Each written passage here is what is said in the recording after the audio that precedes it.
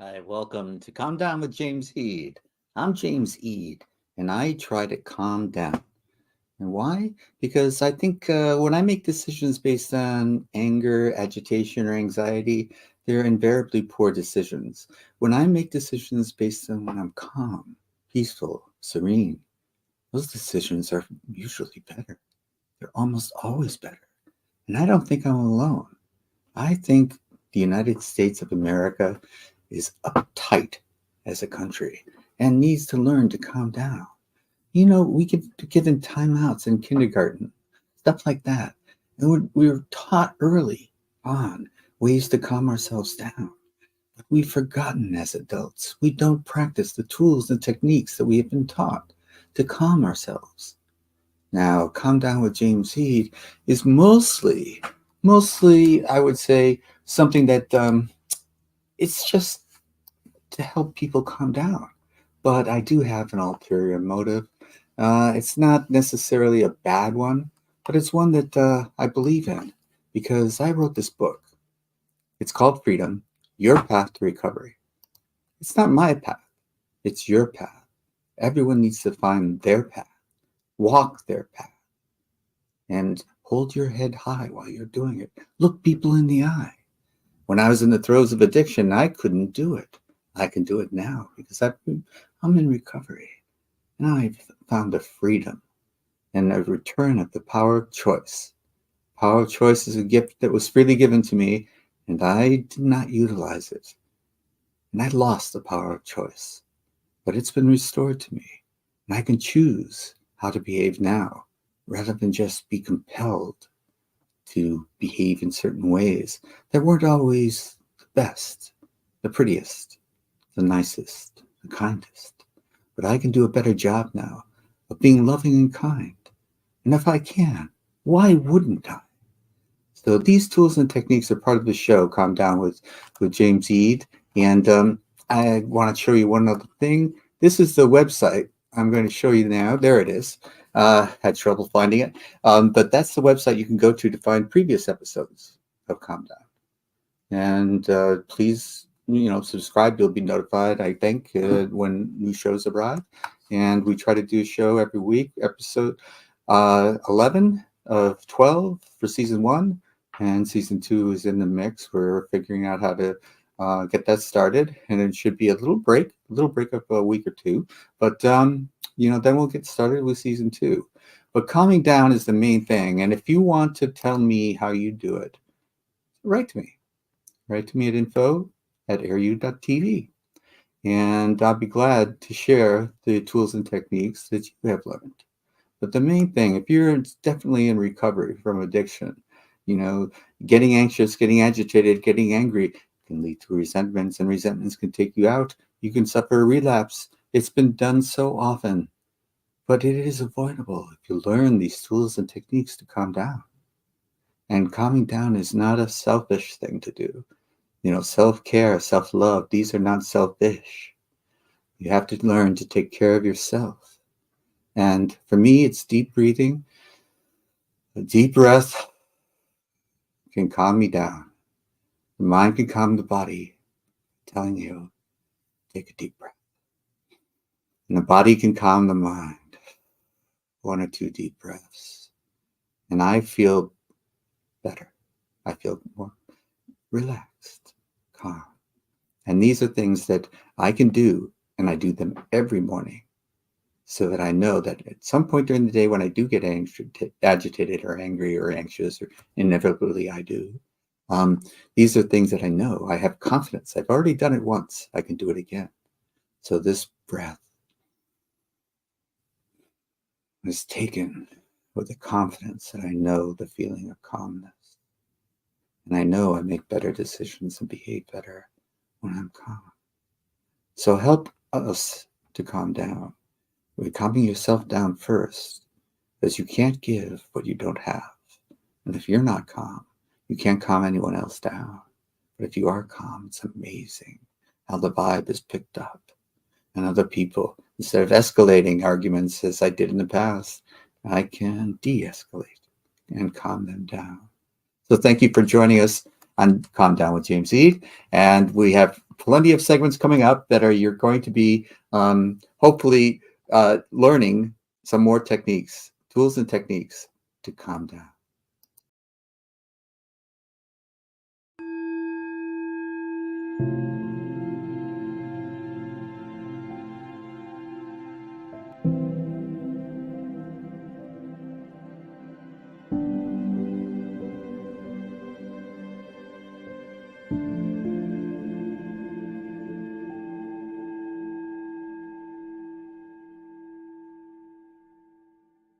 Welcome to this segment of Calm Down with James Eade. I'm James Eade, but I don't always have another gripe to share, and I'm going to bring on my senior correspondent, Rick Rosner. Rick, how are you today? Are you grumpy about something? Well, I just took a nap, and that means I'm a little more. I haven't woken up to be totally grumpy yet. Okay. It used to be I'd take a nap after school in high school, and then I'd come downstairs, and my family would be noisily eating soup at dinner, and that would make me crazy. But my parents are gone now. There's nobody to eat soup noisily. So okay. But yeah, I am. Were you an only child? No, little brother. Okay. Did he also slurp? Yeah. Yeah. But he's 2,500 miles away. So yeah. So is mine. Yeah. All right. So as you wake up, and it's a process to get grumpy, just as it is to calm down. So I understand this. So I'm liberal. I'm probably more liberal than 70% of Americans. So I'm not like totally fringe, but still 30% of people are more liberal than I am. Okay. And as such, and I've had to pay attention to the news since I got hired for a late night comedy show in 2002. And for years and years, I had to pay attention to the news to write topical jokes. Sure. And I've paid attention ever since. And in my liberal mind, things have been shitty since 2016, Trump announced in 2015, nobody thought he'd win, but have been shitty since 2016 when he got elected. Right. And, he seems, incredibly, he was a terrible, terrible president. According to 5 surveys of presidential historians, they ranked in the 5 surveys, they ranked him all-time worst, second worst, third worst, fourth worst, and all-time worst again. He's never been not shitty in the minds of people whose job it is to study this. Yeah. Right. And it seems the same way to me too, even though I'm less knowledgeable than they are. And it seems like he gets worse. But the specific trend that I'm a little bit annoyed with is, so when Biden was forced to admit that he wasn't a good candidate anymore and dropped out, Harris took over, and every week for like 4 or 5 weeks, her lead over Trump increased by 1%. Mm-hmm. And I was loving that because she was 3.5 points ahead with 11 weeks to go, 12 weeks to go. And I was hoping that would somewhat continue for, the rest until election day. Mm-hmm. But for the past couple weeks, that trend has stalled. And that's what I'm annoyed with. Because Trump has gotten no better as a candidate. Right. And that people support him at all, I find annoying because, I lived in New York City for 2.5 years in the late 80s. And people knew he was a dick back then. It didn't matter he was a dick. He was just part of the landscape. He was just an a-hole who'd go on Howard Stern and talk about all the pussy he was getting. I see. but it didn't. Nobody cared because you Yeah. didn't have anything. I And mean, maybe black people cared because he did racist stuff, like take out a full page ad attacking the Central Park Five yeah. for attacking the Central Park jogger. And then, saying they should get the death penalty. And it turned out eventually that they had nothing to do with the attack. Even Right. after they'd spent like 3, 4, 5 years in prison, they found, I think, the real people, and he never apologized. But in terms of the overall world, he wasn't a danger. Right. But Absolutely. Because New York has plenty of people that we would not want to associate with, can be mean-spirited and childish and throw temper tantrums at 3 a.m. in the morning on Twitter. Or, we can ignore them, but, we can't ignore a president. No. Not so easily. And I believe he made a lot of he was very ineffective. And the stuff he was effective at, only really a couple things. He appointed a bunch of like judges whom I think are a-holes and unqualified. And he did the tax cut for the mega rich and corporations. That was about it. I got one more. He did the tariffs on China, which only hurt the U.S. economy and the U.S. Consumer. Okay. But I didn't think he did much good. In 2020, it wasn't good. No, it was he fired the people whose job it was to look out for pandemics in 2018. Right.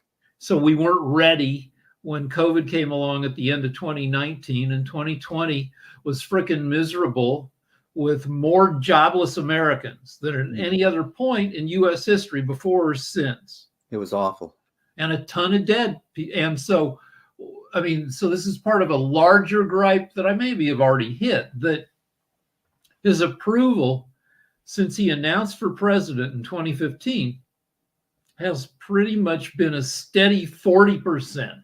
Right. Support, 55% of Americans don't like him. And that barely has budged. It only moves a couple percent. I agree. Everything that you say adds up to my research as well. So, but I was hoping now, frickin' Harris and Waltz seem like decent people. Yeah. They don't seem perfect. Now, Biden, I thought has a lot of advantages in being president. He was in the Senate 36 years, VP 8 years. 50, like when he first was elected to the Senate, he was too young to serve. He had to wait to have a birthday before he entered the Senate. And so he's 50 years of political experience, which helped him get stuff done in a highly polarized environment. Not brilliant, just like a smart, experienced guy. We haven't had that many brilliant presidents. Teddy Roosevelt absolutely wrote 50 books. Yeah, he was amazing. Yes. And also a freaking crazy ass lunatic charging into battle. Yeah. He gets shot in the chest when he's supposed to give a speech, goes ahead, gives the speech anyway while he's bleeding. They don't make him like that anymore. The speech was folded up in his pocket. It slowed down the bullet, so the bullet didn't penetrate him very deeply. He still gave an hour speech. Just a total freaking awesome lunatic. Bill Clinton, very smart. Jimmy Carter, very smart. Absolutely. It didn't necessarily, Carter, it didn't help him. Carter, nuclear sub-engineer. Yeah. But, it didn't help him very. Al Gore, potentially a president, same kind of Ivy League thing, very smart, didn't give him a personality, didn't teach him how to deal with the press. Clinton, smart, Rhodes Scholar, went to Oxford, but not smart enough to keep his dick in his pants. Yeah, policy won't, but still, he made a mistake. I mean, he was more lucky I mean, luck, I think, had as much to do with the success of his presidency as smartness. He was smart enough to take the feedback from the country. He saw that the Republicans were trying to fuck him, so he moved to the center. He came out, he came out against welfare. He came out, he wanted to throw a bunch of people in prison, and we question that policy now. Yes. So he was smart enough to judge what opinion was, Mm-hmm. but he was mostly lucky that we really didn't have to deal with Al Qaeda until the presidency after his. Right, right. So you don't need to be smart. You need to be experienced. You need to read signals. So, Biden was pretty good at that. It And he took also him a worked while. across the aisle. He was able to, in the Senate, all those years in the Senate, he was known for supporting Republican and really pissing off the progressive part of the party, because he would work with Republicans on the other side. He's really the drill baby drill president. He made a bunch of promises about no drilling on federal land, no fracking, and he turned it around. And the past 3 years, 2022, 23, and this year, we've set all-time records in all of history for all nations. No nation has produced more fossil fuels than the U.S. Wow. And you can hate it for climate change, but as a talking point, well, it should take it away from the Republicans. Right. Right. So instead of a genius, instead of partly Carter. But the point I'm building to is, I don't think Kamala Harris is a genius. I don't think Waltz is a genius.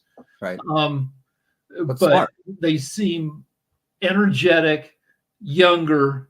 I mean, Kamala Harris particularly seems youthful because she's got, she's pretty. She's got really good hair, and she smiles a lot. She laughs a lot. Yeah. She does it in a way that doesn't strike most people, as false. Hillary Clinton had trouble laughing convincingly, or at least the Republicans were able to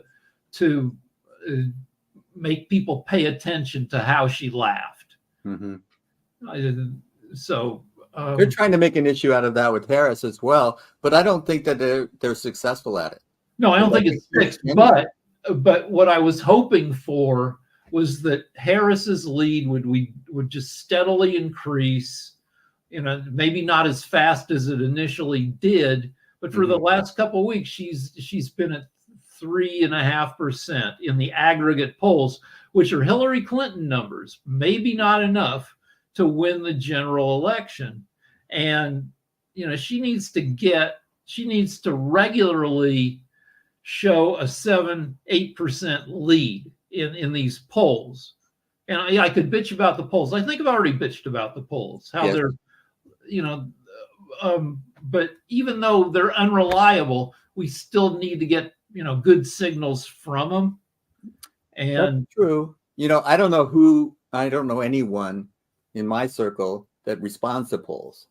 So, I took one just a couple of days ago, just so like a person who I don't consider a lunatic, though I probably am, would be included in the poll.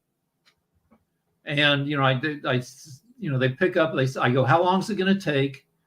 And they tell you 10 minutes, and it takes 20. And so this guy said, how long does it take? He goes, 8 minutes. So I go, okay, I'll give you 8. I'm hanging up after 8 minutes. And he got it done in 9. So that was fine. Wow, good for you.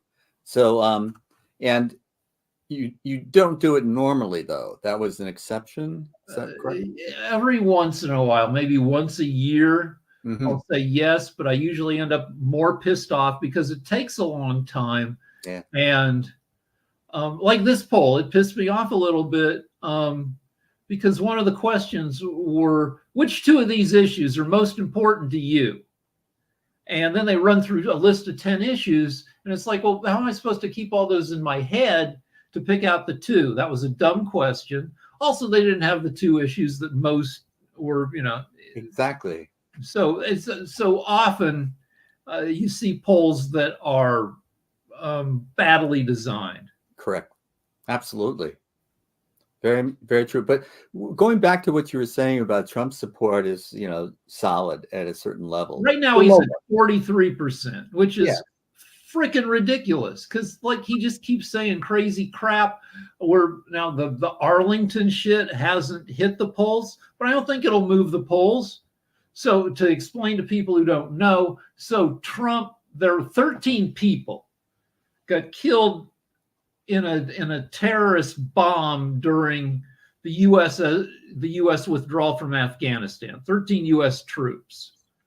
Trump shows up at Arlington National Cemetery to honor one of the dead with the family of one of the dead.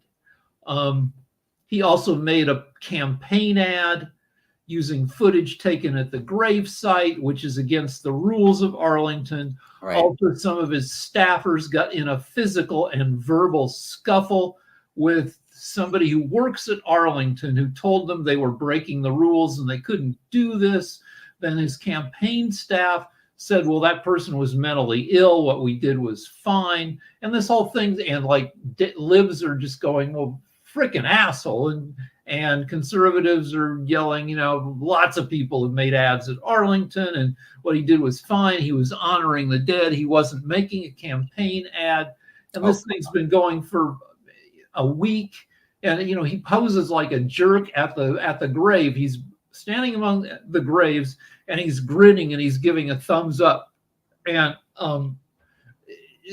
so will this change the polls? I don't think so. No, it's not, everybody's already in their corner.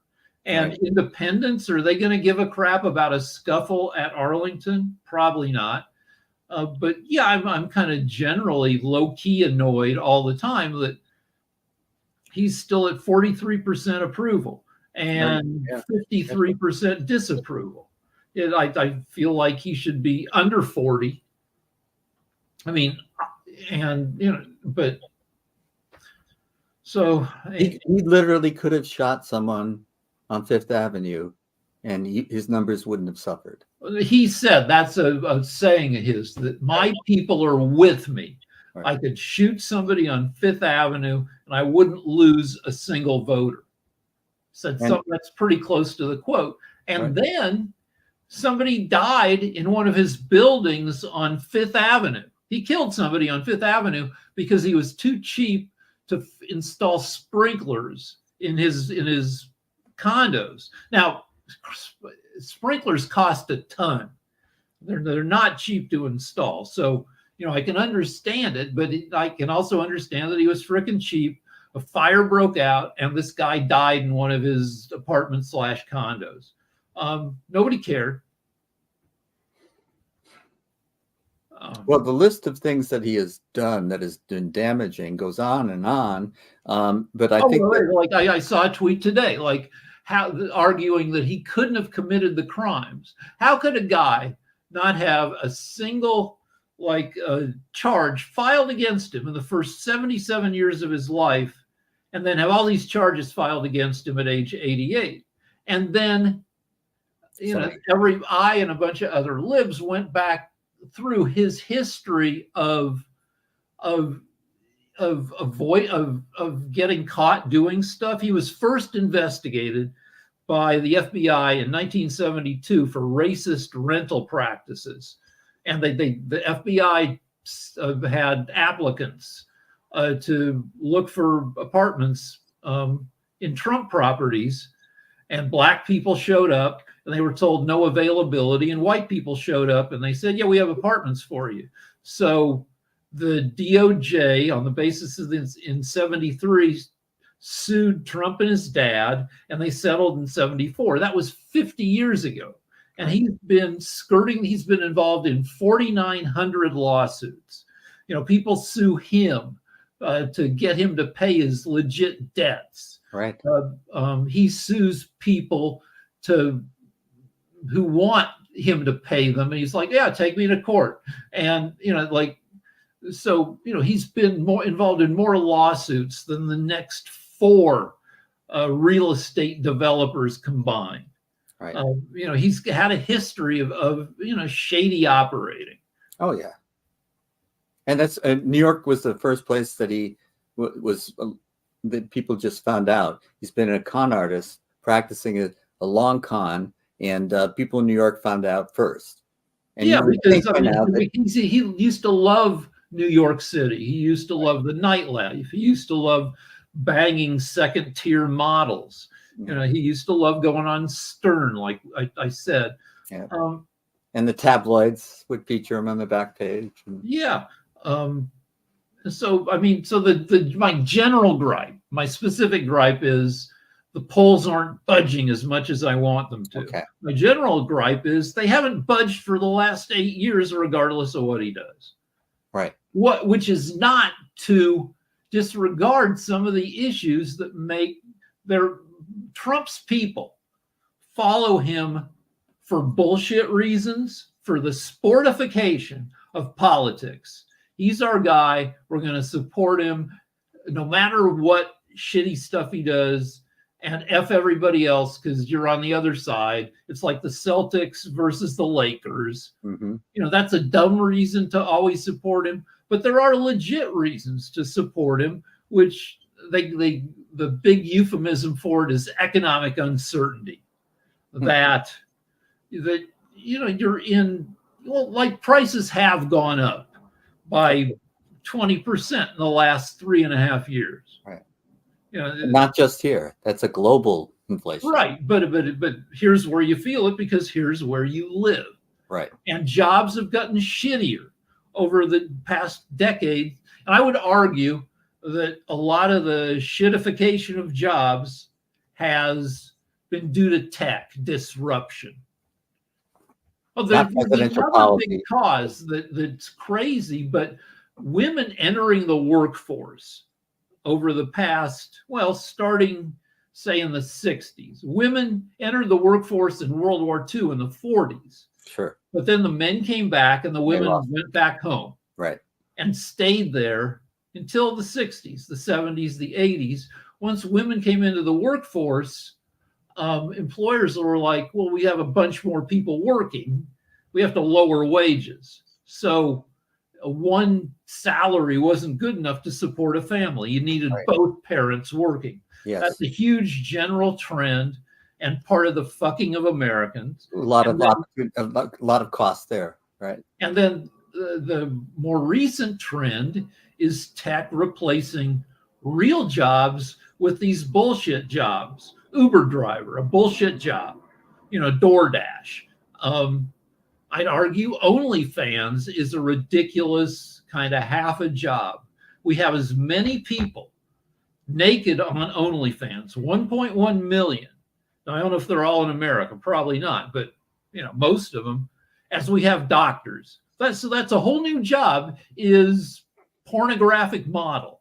Oh my goodness. And that's it's maybe a goodish job in that you don't have to work 40 hours a week, but I'm guessing you don't make a ton of money. Oh, selling on eBay and Etsy, another crappy half a job. And so people feeling like, the stagnation of working class wages over the past 50, 60 years. All those issues are real, and people are legit, they have a right to be pissed off. And they have a right to be pissed off about anything. I'm not the boss of people's feelings, but to think that Trump will solve any of this stuff. Yeah. This has been, regardless of Democratic or Republican presidents, this has been a long-term trend. All of these things, these economic impacts, tech, it doesn't matter who's president. The wage stagflation, doesn't matter who's president. These types of things are out of the purview of the president, and they get too much blame and they get too much credit. But the fact is that Trump has no answers. Yeah, and Trump's also a freaking idiot.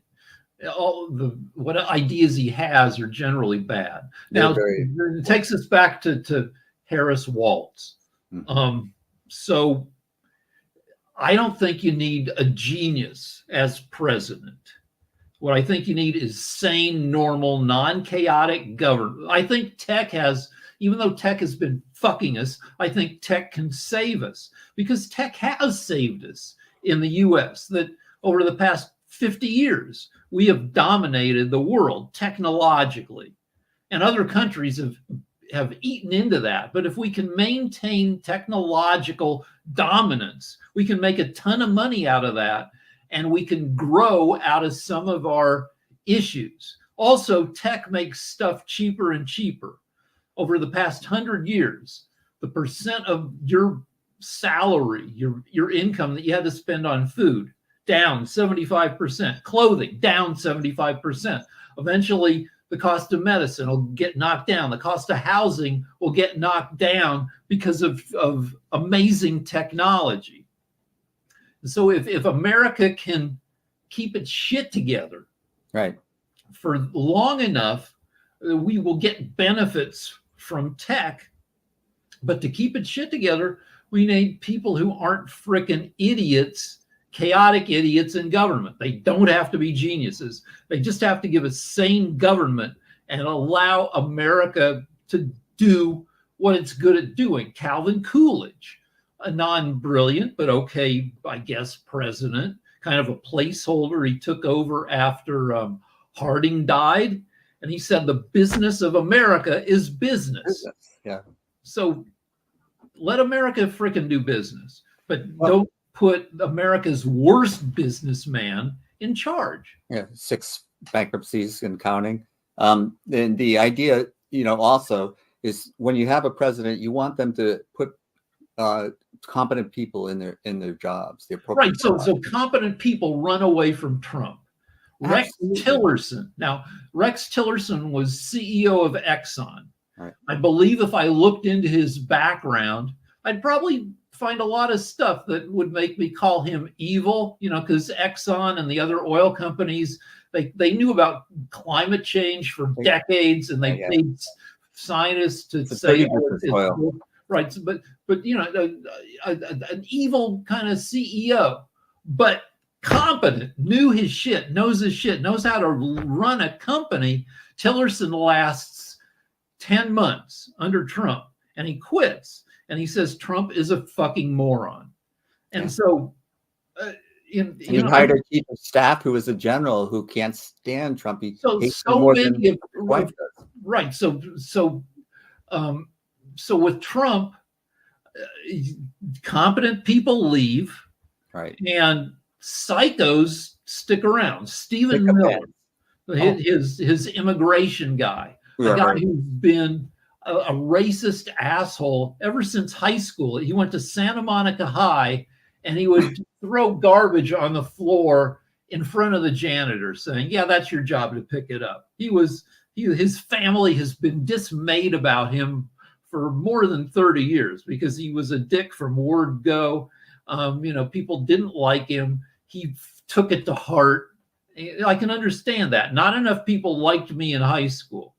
And you can go either way. You can get angry and hate people, or you can see, well, how can I make myself more likable?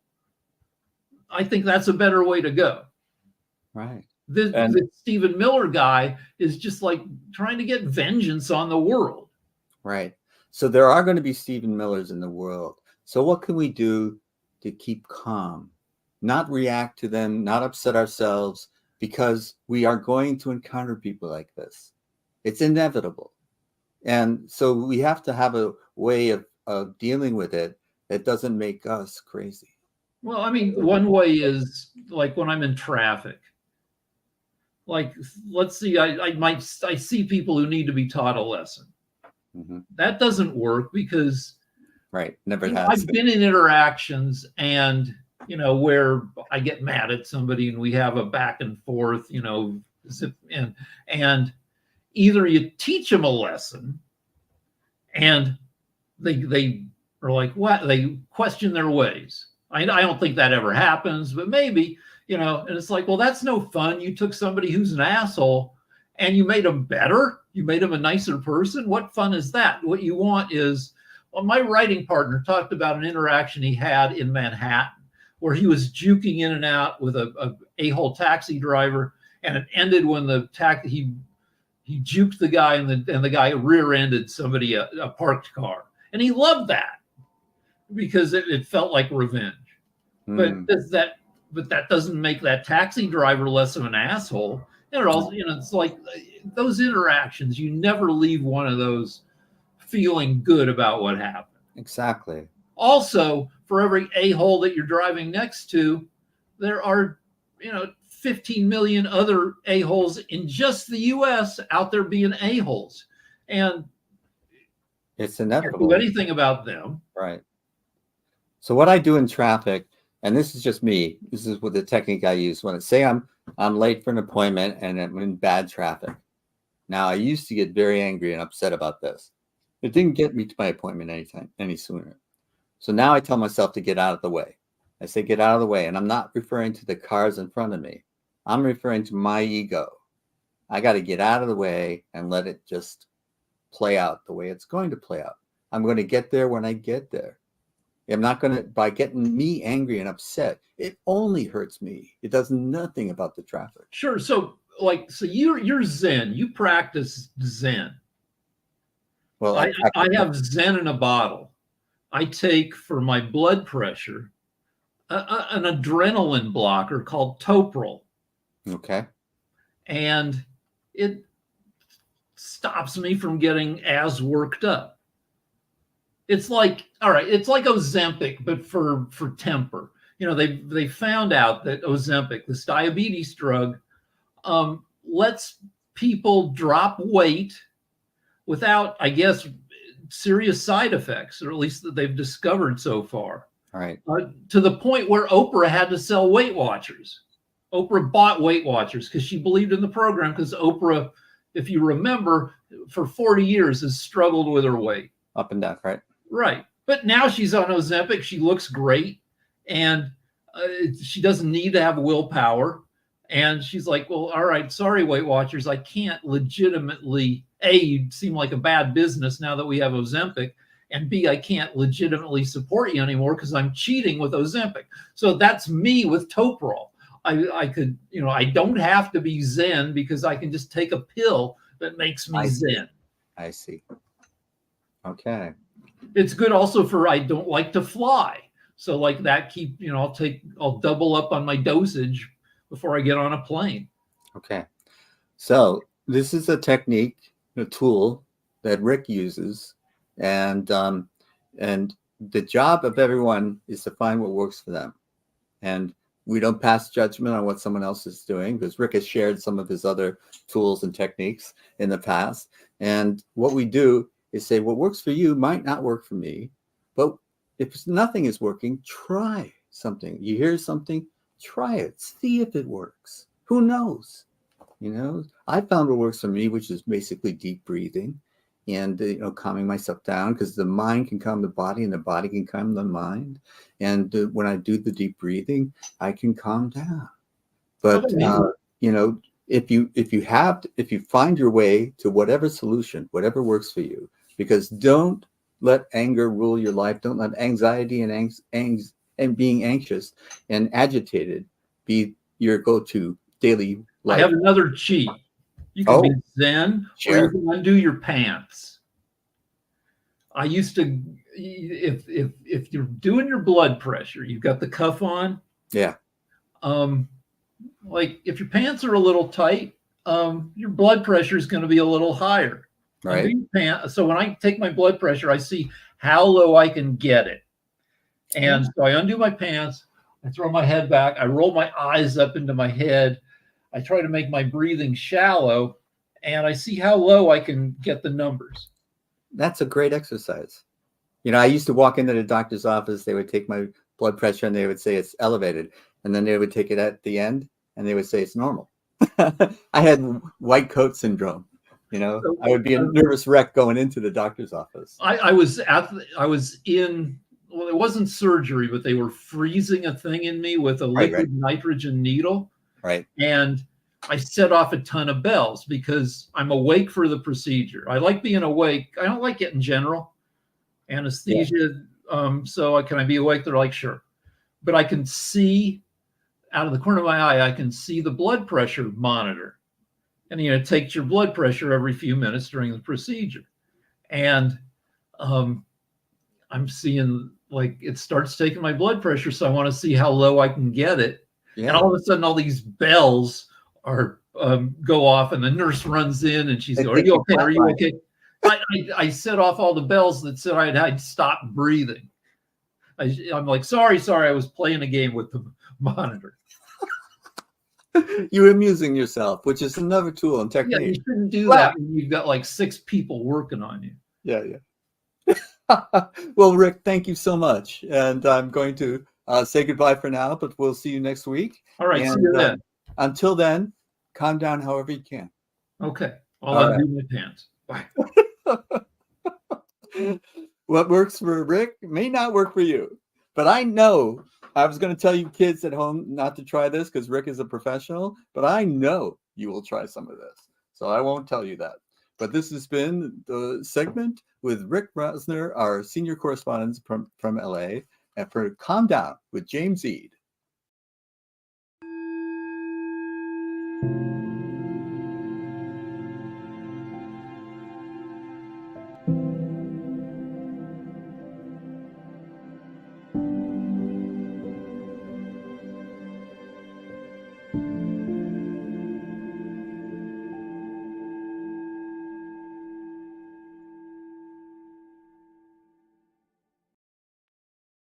Welcome to Calm Down with James Eade, and this segment is dedicated to calming down the yogic way. And, I can't really say too much about how to do that. So I've got a special guest, Judith Sarah. Would you join me on stage? Thank you. Very good. It's so good to see you. And, likewise, my friend. And today we are on the last of the yamas and niyamas. A niyama that I will let you pronounce, but I know as self-study. So what's the right way to refer to that? And then I'll let you take it off. We normally say it as if there's only one ya on the end. But it's one of my favorite words in Sanskrit, because how many words do you get to end with ya? That's your ya sound? Yeah, exactly. There just aren't that many words with ya. But when we say it, it tends to come out as swadhyaya. Swadhyaya. Okay. Swadhyaya. I got it, I think. Say it 3 times. That's my motto. Okay. So are you prepared to just take it away? Sure. I can. I will see you at the end of your presentation. Yes. And let me catch the time. Okay. I'm good. All right. I don't want to run long. So. Okay. All right. Yeah. Thanks. Yeah, you're preaching to the choir there. All right. Okay. Removing. Welcome, friends. Hello. This is the last of the yamas and niyamas. I've shared 9 others with you. And swadhyaya, it's worthwhile understanding the word itself, because it oftentimes, when you read various translations of the Yoga Sutras, different commentators it seems like they all got together and agreed upon study of the scriptures as being the sort of the definition of swadhyaya. And my teacher, Swami Kriyananda, and his teacher, my guru, Yogananda, interpreted it a little bit differently, because the word swa, S-W-A, means self. And it comes up a lot in yoga. For example, there is a fire ceremony, a homa, where you are offering ghee into the fire as a symbol of your purified devotion. And you're offering seeds of rice into the fire to represent seeds of karma. And at the end of that, you've also chanted 2 mantras. And at the end, you go, Om Swaha, Om Swaha, Om Swaha.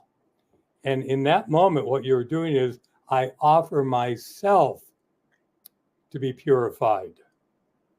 And that is, in fact, the result of the practice of swadhyaya. Now, swadhyaya can also be used in sort of a more colloquial way, and that is to say, among my friends, it's not unusual, for people to be saying, "This happened," and it didn't turn out the way I wanted to, but Om Swaha. That is to say, it's God's will, not my will. So that word swa refers to self. And when we're talking about self, we're either talking with a small s about the ego, which is simply the big self, the spirit, soul, Atman in yoga, identified with the body. So ego is not a bad thing. It is simply when the spirit has become identified as the body that we are in, and by extension, identified the material world around us as true, lasting, permanent, and real. And none of that is true. Anyone who, I've probably shared that I'm a science teacher as well as a yoga teacher, and one of my least favorite branch of science ends up being the earth sciences. However, one of the things about the earth sciences is that it forces us, whether you're looking at the heavens and the great distances between material objects in the universe, or whether you're looking at this planet and the long stretches of time, hundreds of thousands, millions of years, the Earth itself being over 4 billion years old. So you're getting into a time period where, you begin to see that change takes place.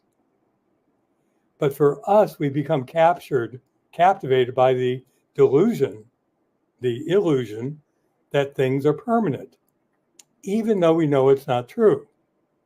Every baby born goes through certain predictable phases, if they are blessed to be able to do so. And a baby does not need to learn how to walk. It is built into the physiology of a human being that there comes a point at which walking becomes a natural progression. So the practice of swadhyaya is actually a natural progression of the soul as it begins to make headway on its journey, just as a baby moves from an infant to a toddler to a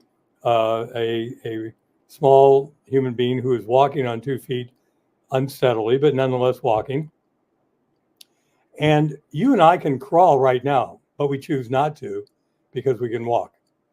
So it is with the practice of swadhyaya, that we can move through the material world and be completely captivated by it. And we can act as if our plans are really within our control. Or we can begin to become a little bit wiser and recognize that over time, my plans almost never come out exactly the way I wanted. And even when I do, I oftentimes don't feel quite as good as I thought I would feel. I'm about ready to start a course in October. It's called A Course in Radiant Health. And we use this pyramid as a model. And at the base of the pyramid are physical exercise and sleep and diet, toxin-free living. The next level up is the level of energy. And so in yoga, pranayama or exercise, things like that. When you come to the next level up, you get to the emotional and mental level. And there you're talking about, feelings and the heart being in balance and things like that. At the very peak of the pyramid is spirit. And, I mention this because of the fact that when we begin this course and we take all the people who are there and we give them a form and ask them to identify what is it at the end of 7 weeks. It's a 7-week course, 4 hours, 4 Saturdays, 7 weeks. At the end of this course, what goal would you like to have achieved or come closer to achieving? And, people write down all kinds of things. And remember, it can be at any level of the pyramid. It could be about losing weight. At the level of mental and emotional well-being, it could be about relieving stress. Let me give you an example about stress. I'm looking at some notes here, and I apologize. So that when people write down their goals, it could be all kinds of things. And there is no right or wrong to these. What is really, it could be a matter of, I want to lose, 15 pounds. Well, 15 pounds in 7 weeks is a lot. And we can certainly point people in the direction, but they have to do the work. But what's even more important is that they are aware of the work they are doing. This requires what in yoga terms is swadhyaya, or a better definition than study of the scriptures is study of the self-study. That's not quite right because of the fact that it is a matter of layering, going down deeper and deeper and deeper. And we begin this by asking them to come up with, what would you like to change? What would you like to see that was different? And so we give them a simple exercise called the 5 whys. And for example, if someone says, I want to relieve stress from my work. Well, why? Because I feel nervous and anxious even when I'm not at work. Why is that a problem? Because I don't really feel present for my family. And why is that a problem? Because my family is the most important thing in my life. And so you can focus at the level of stress, but it really helps to stay focused throughout the day, doing those things that will actually relieve stress. And, I've shared some of these things with you. The pranayama techniques, I guess I haven't really gotten into a lot of that during this course, but the breathing techniques, for example, oftentimes what we recommend for almost every single problem, take an active 5-minute affirmation walk. For example, here's an affirmation. I am calm, I am poised. Simple affirmation. And so that affirmation becomes a running thought through your mind as you take a brisk 5-minute walk. I'm calm, I'm poised. I'm calm, I'm poised. You can begin to line it up with your steps, and it becomes an amazingly powerful tool. Very simple, 5 minutes, walking briskly, that affirmation going through your mind. And what I can attest to from past experience is that it only takes a little bit to start moving us in the direction we want to go. Swadhyaya is simply that ability to stay focused throughout your day on what is permanent and true in your life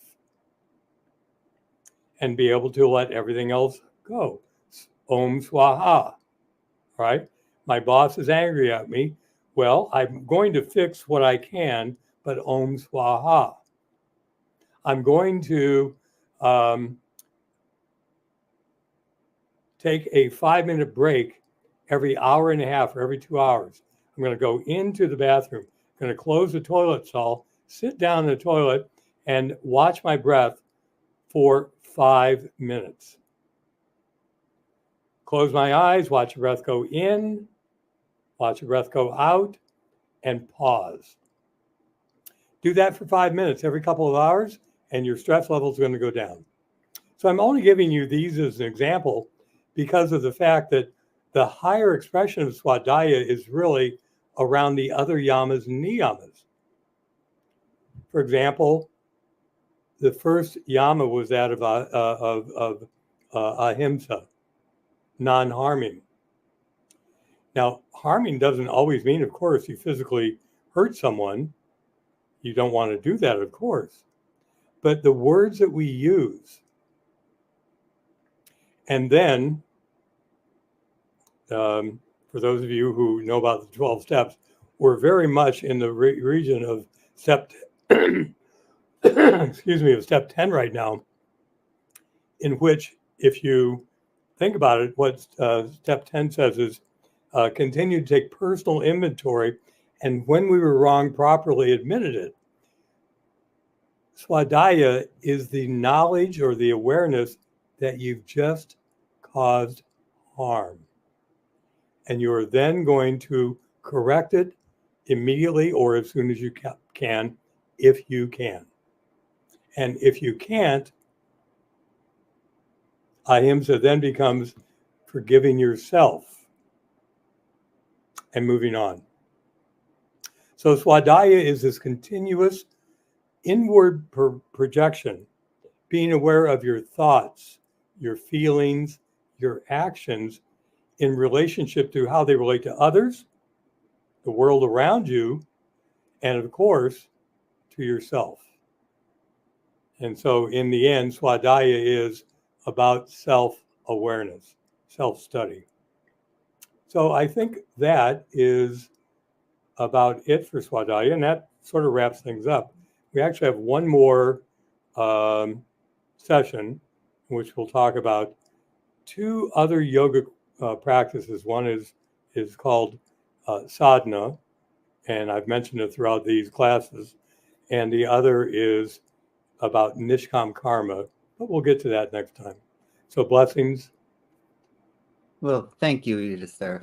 And when you talk about this this niyama, what popped into my mind was introspection, and this self-study. I say there's no change without change within, and it's inside ourselves where we begin. This is a reminder for me to look inwards for my answers and to root out the things that are false, that I may carry around with me, but they're not true. Yeah. Well, you just landed. Well, first of all, you carry a level of wisdom based upon a whole lot of things that have happened in your life, and a lot of blessings that have come to you. But what you just stated is quite wise, and wisdom is a universal quality. But to what we say when we say we possess wisdom, wisdom flows through us.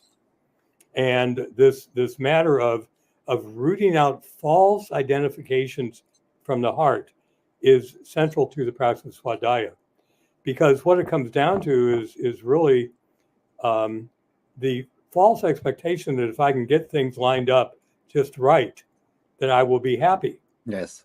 Or if I can get just enough money, I will be happy. Drive a better car. It goes on and on. It's endless. The material world is literally endless. Yes. The divine will keep creating stuff, flashy, shiny objects, right, to draw our attention away from what is permanent and true. And so Swadhyaya is exactly what you just said, rooting out false attachments or identifications from the heart.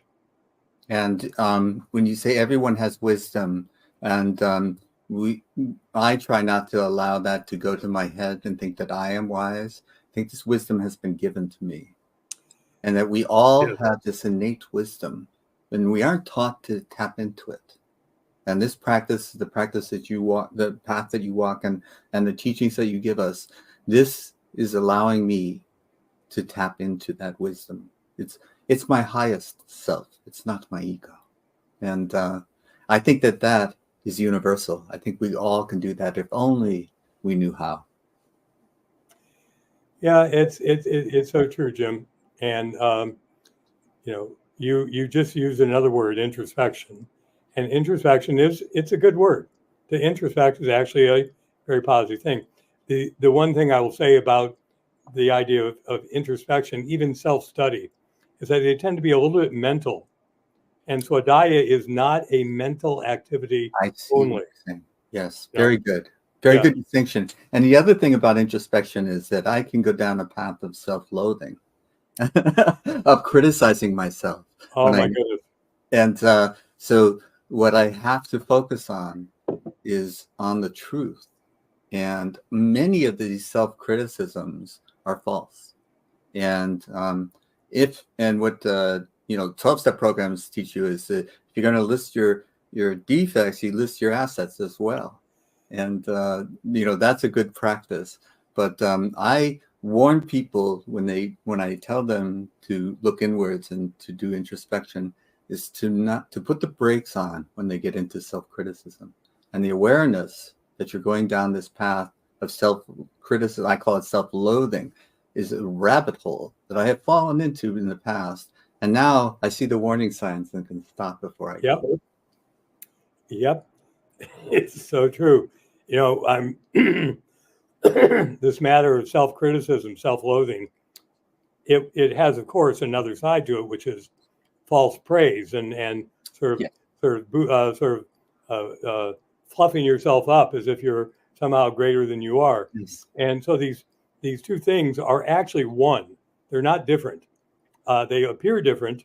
Right. One is artificially pulling you down, the other artificially lifting you up, but they're both artificial. They're both and wrong. Yes. And hanging on to that is actually comes under the practice of aparigraha, non-possessiveness. Right. How do we let those go? Those are not ours to Right. hold on to. Right. Right? I say, don't let praise go to my head or criticism go to my heart. And it's one of those things that I say to myself almost every day, because people do praise me and I do get a little pumped up, and people criticize me and I do get a little weighed down. So this constant reminder of not letting praise go to my head or criticism go to my heart keeps me grounded.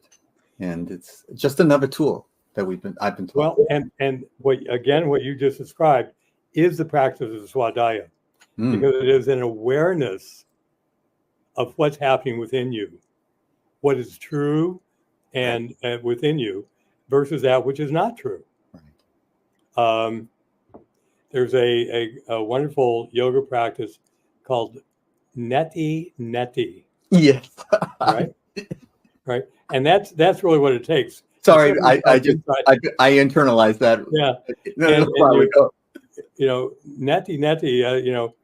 Is this true? Is this true? Is this true? Is this true? It's not this. It's not that. Right. And when we eliminate the things that are not permanent, not true, what remains? Right. And what remains is not going to be any of the material world. Yes. Including the bodies we're in, and therein lies where the spiritual part of yoga really takes place. You can practice yoga in a body. It's great if you have a body to practice yoga in, but in the end, the practice of yoga is to have a practice that is permanent and true, so that when the body is gone, you have acquired something of permanent value. So, yes. Well, thank you so much. So I am going to say goodbye to our viewers. I'm going to take you off screen, but I will see you soon, I hope. All right. All right. Well, I hope you got as much out of that as I did.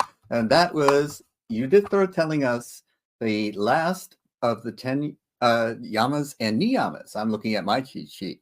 The self-study of Swadhyaya. I can't say it, but don't do what I say. Do what he does. All right. Thank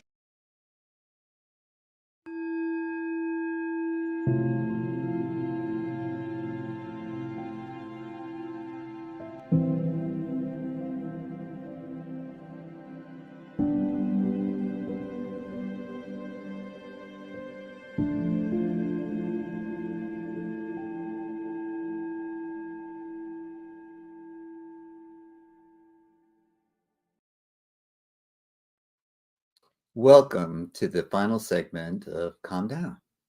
And I want to introduce to you, my loyal listeners and viewers, Divya Lovewise, that wise yogi. And I would like you, at the end of every show, I'm a little bit agitated and worked up and all that kind of stuff. And I was wondering if there's something that you could do to calm me down. Could you just say goodbye to us in any way that you see fit? Sure, I would Oh, love to. I will take off and let you do that. Thanks again. Okay. Well, bring yourself into a comfortable seated position, feeling your feet on the floor and letting your hands rest in your lap. Palms up or palms down is a great way to start bringing yourself back into center and focus with your own divine energy and letting go of anything that might have wanted to stick to us throughout the day that may be energy we don't want to carry throughout the day. So, having this basic position, feeling grounded, even closing your eyes, and taking a deep breath in through the nose and out through the mouth.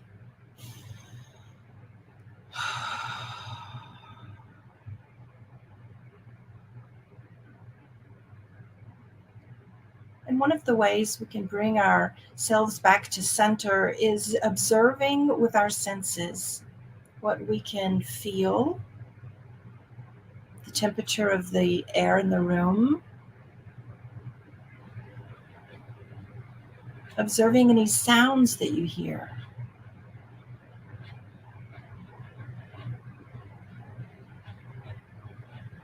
Noticing any smells in the air.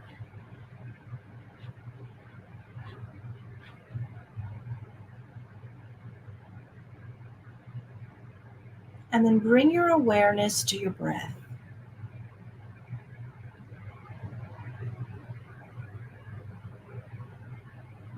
As though you're watching it from the inside out.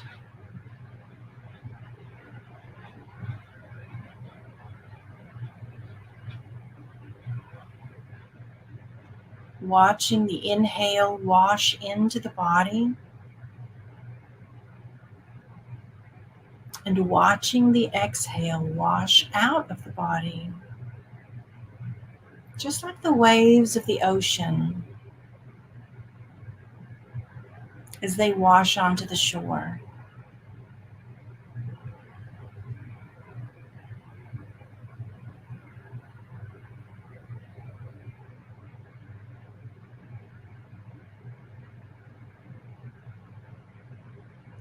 And if you find your mind still wandering, you can even place one hand on your lower belly and one hand on your heart so that you can feel with your hands this breath washing in and washing out.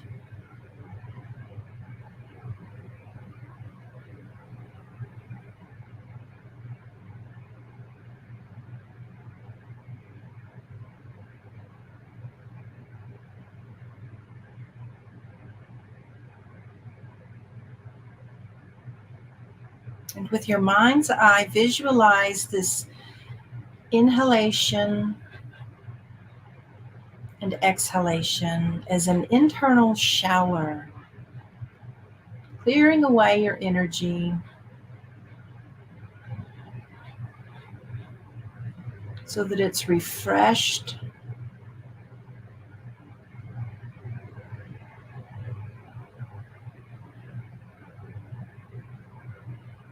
it's rejuvenated,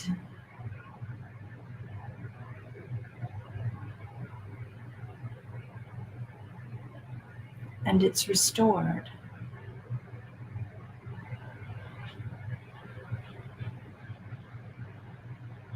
Releasing your hands into your lap, just give yourself a few seconds of pause in this return to peace, enjoying it.